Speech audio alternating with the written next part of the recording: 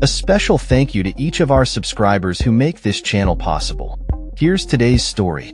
In a candid interview with Fox News, President Donald Trump addressed the growing concerns about the U.S. economy, acknowledging that a recession may be on the horizon. Trump's remarks come as his administration grapples with the fallout from an escalating trade war with Canada, Mexico, and other nations. During the interview, Trump was asked directly about predictions made by the Federal Reserve Bank of Atlanta regarding a potential recession. While he refrained from making definitive statements, he did hint at the possibility, stating, "I hate to predict things like that. There is a period of transition, because what we're doing is very big." Trump emphasized the importance of taking a long-term view of his administration's efforts to reshape U.S. trade policies, claiming that these changes would ultimately benefit the nation. He referenced a supposed 100-year perspective held by Chinese economic strategists, suggesting that the tariffs imposed on foreign goods could increase in the future.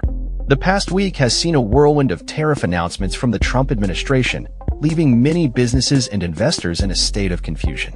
At the beginning of the week, 25% tariffs were imposed on imports from Mexico and Canada, only to be relaxed later, granting a 30-day reprieve for goods compliant with the USMCA agreement. Meanwhile, tariffs on Chinese goods were doubled to 20%. In response, China's foreign ministry issued a stern warning, stating that the country would fight back against the U.S. to the bitter end if the tariff war continued. The uncertainty surrounding these trade measures has had a significant impact on the U.S. stock market, which has lost all gains made since the November election. Despite this, some officials within the Trump administration remain optimistic about the economy's resilience. Commerce Secretary Howard Lutnick asserted on NBC's Meet the Press that there would be no recession in America. As tensions rise between the U.S. and Canada, Canadian officials are moving forward with their own export tariffs on various goods, including electricity. Ontario Premier Doug Ford has urged local businesses to remove U.S.-made products from their shelves and promote Canadian-made goods instead. This economic standoff has led to heated exchanges between Trump and Canadian Prime Minister Justin Trudeau, with reports of a profanity-laden phone call between the two leaders. Trudeau publicly criticized Trump's tariff actions, labeling them as dumb, at a recent press conference.